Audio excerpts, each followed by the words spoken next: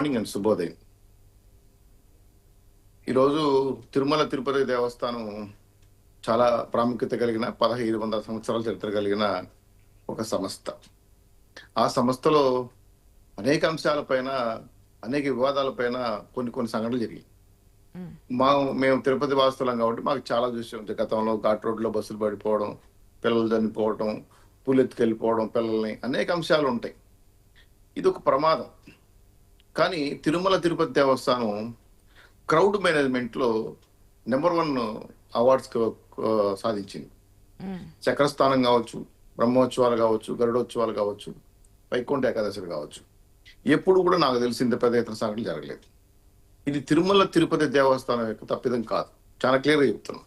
హ్మ్. తిరుమల తిరుపతి దేవస్థానం ఓన్లీ కొండ వరకే పరిమితం.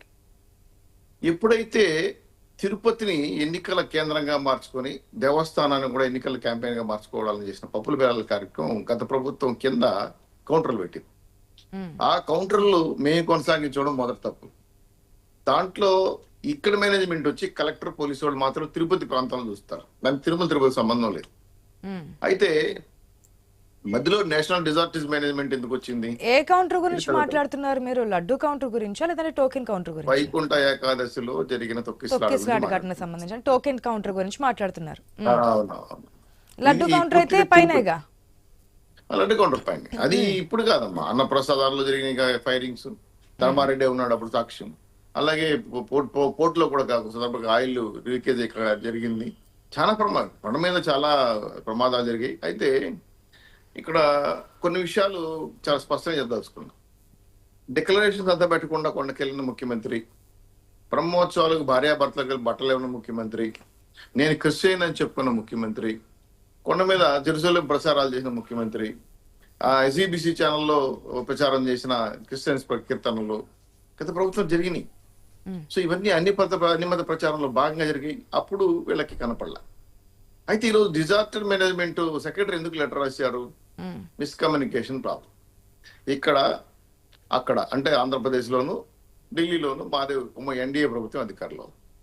వితౌట్ ఈరోజు హోమ్ మినిస్టర్ అదనపు కార్యదర్శి something Jindal, Sanjeev Kumar I think Rajiv Kumar Jindal చాలా క్లియర్ గా ఇచ్చాడు లెటర్. ఏమనంటే, నాకు తెలియకుండా లెటర్ పంపించారు, ఇది మేము గేషరత గారికి వాపస్ తీసుకుంటున్నాం, ఇది మిస్కమ్యూనికేషన్ అని చెప్పి రాష్ట్ర ప్రభుత్వానికి చెప్పడం. హోమ్ మినిస్టర్ గారు కూడా ఎందుకు అలా రాశారో, రాయకూడదు కదా నాకు తెలియకుండా ఆయన కూడా సున్నితంగా చెప్పడం జరిగింది.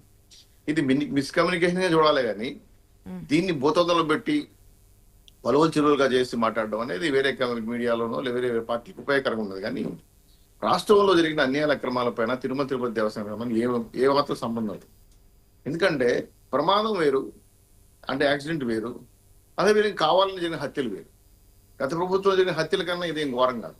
1,02,000 పైచిలకు చంపేశారు 5 ఏళ్లలో ఎస్టీసీ, బీసీ, మైనార్టీ. సో కొండ మీద ఒక పవిత్రత ఉందమ్మా. కొండ మీద నిత్యం హరినామస్మరణే జరగాలి, రాజకీయాలు మాట్లాడకూడదు.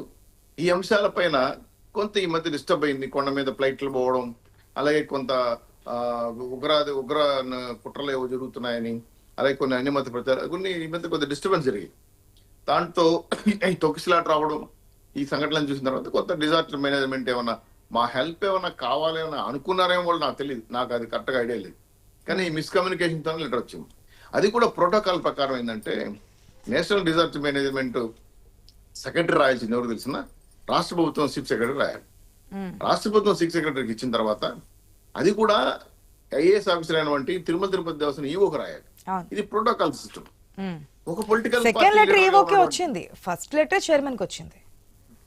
అదే చైర్మన్ కి ఇవ్వడం మొదట మిస్కమ్యూనికేషన్ అనేది ఎందుకంటున్నాం. ఆ చైర్మన్ నాకెందుకు లెటర్ వచ్చింది, ఆయన అవాక్ అయ్యాడు. సో వెంటనే ఈవోకి చెప్పడం, ఈవో చీఫ్ సెక్రటరీ చెప్పడం, వాళ్ళకి ముఖ్యమంత్రికి వెళ్ళటం, అట్లా హోమ్ మినిస్టర్ దాకా వెళ్ళటం, ఆయన ఇక్కడే ఉండటం చూసి ఇది కరెక్ట్ కాదు, బహిష్కృతగా వాపస్ తీసుకోండి అని చెప్పి తీసేసుకున్నాం. అయితే కొండ మీద గతంలో కూడా ఆర్కియాలజిస్ట్ వాళ్ళు కొంత ప్రయత్నం చేశారు, ఏదో నష్టం జరుగుతా ఉంది. ఇక 2005-06 ప్రాంతం సబ్జెక్టు కరెక్షన్. గతంలో చాలా సందర్భాల్లో ప్రమాదాలు, నష్టాలు జరిగినప్పుడు కేంద్ర ప్రభుత్వం జోక్యం చేసుకుని తప్పేం కాదు. కానీ తిరుమల తిరుపతి దేవస్థానం ఒక అటానమస్ బాడీ, దీంట్లో ఏ ప్రభుత్వాలు జోక్యం చేసుకోకూడదు, అది వాళ్ళకున్న చట్టం. కాబట్టి కేరళ కావచ్చు, అదేవిధంగా స్వర్ణ దేవాలయం కావచ్చు, అలాగే చాలా గుళ్ళు అనంత పద్మనాభ దేవాలయాలు కావచ్చు, ఇవన్నీ కూడా ఏంటంటే వాళ్ళకి ఒక బాడీస్ ఉంటాయి. అక్కడ రాష్ట్ర ప్రభుత్వం లేదా పాలక మండలి సేవా మండలి ఉంటుంది, ఆ మండలి యొక్క నిర్ణయాలు తీసుకుంటారు. అవసరానికినప్పుడు ఇబ్బంది. ఇప్పుడు గతంలో కూడా మాకు కూడా గరుడ వాహనాల్లో సిమి లాంటి ఉగ్ర సంస్థలు బాంబులు పెట్టి పుత్తూరులో నిర్వీర్యం చేశారు పట్టుకొని. అట్ట ప్రమాదం వచ్చినప్పుడు మాకు ఇక్కడ బ్లాక్ కార్మెంట్స్ పంపించారు, తిరుమల కృష్ణ కల్పించారు. అది రాష్ట్ర ప్రభుత్వం కోరుతుంది కేంద్రాన్ని, మరి మాకు ప్రమాదం ఉన్నప్పుడు హెల్ప్ చేస్తారు.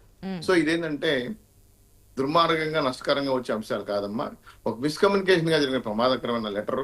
దీన్ని ఒక అడానస్ బాడీ పంపించినప్పుడు సిస్టమ్ ఫాలో కాలేదని చెప్పి హోమ్ మినిస్టర్ గారే చెప్పడం జరిగింది. సో ఇది పెద్ద నష్టకరమైన అంశం కూడా కాదు. అయితే కేంద్ర ప్రభుత్వం జోక్యం అనేది ఏ గుళ్ళ మీద ఉండదు నాకు తెలిసి, ఆ రాష్ట్ర ప్రభుత్వాలు లేదంటే అక్కడ ఉన్న పాలక మండలిలో చేస్తారు. కాబట్టి ఇది ఒక మిస్కమ్యూనికేషన్ లెటర్ కాబట్టి దీన్ని పెద్ద సీరియస్ తీసుకోవాల్సిన అవసరం లేదు. అయితే కొండ మీద క్రౌడ్ మేనేజ్మెంట్ పైన వాళ్ళకి చాలా అవార్డులు ఉన్నాయి, వాళ్ళు చాలా మేనేజ్ చేయగలరు, చాలా బ్రహ్మాండం నిర్వహించగలరు. అవన్నీ మాకు కొండకి తిరుమల దేవస్థానం పెద్ద కొత్త కాదు. అయితే కింద జరిగిన నష్టం వేరు, జరుగుతున్న యాక్సిడెంట్లు వేరు. వేరే అంశాలని కొండకు మిక్స్ చేసి మాట్లాడడం కూడా మనం సెంటిమెంట్లకు కూడా మనం నష్టపరుస్తాం. కాబట్టి దేవదేవుని యొక్క కైంకర్యాలు, పూజలు, అలాగే స్వామివారి యొక్క దర్శనాలు కూడా సవ్యంగా జరగడం కోసం అందరూ సూచన సలహాలు తెస్తే మాత్రం వెల్కమ్ చేస్తాం. దీన్ని కొంచెం బాగా అభివృద్ధి చేయడం కోసం మీ యొక్క సేవలు కూడా ఉండాలని కోరుకుంటున్నాను. ఇంతకుమించి దీంట్లో ఈ లెటర్ లో ఉన్న అంశాలన్నీ పరిశీలించి నాకు లెటర్ కూడా నాకు జిరాక్స్ వచ్చింది. టోటల్ కూడా ఈఓ గారు కానీ, జేఓ గారు కానీ, లేదా చైర్మన్ గారు కూడా చాలా క్లియర్ గా ఎక్స్ప్లెయిన్ చేసి చెప్పారు. ఇది ఒక తెలియకుండా పంపించిన లెటర్ కాబట్టి దీని మీద డిస్కస్ చేసిన అవసరం లేదు, పొలిటికల్ వచ్చేదని కూడా చెప్పారు.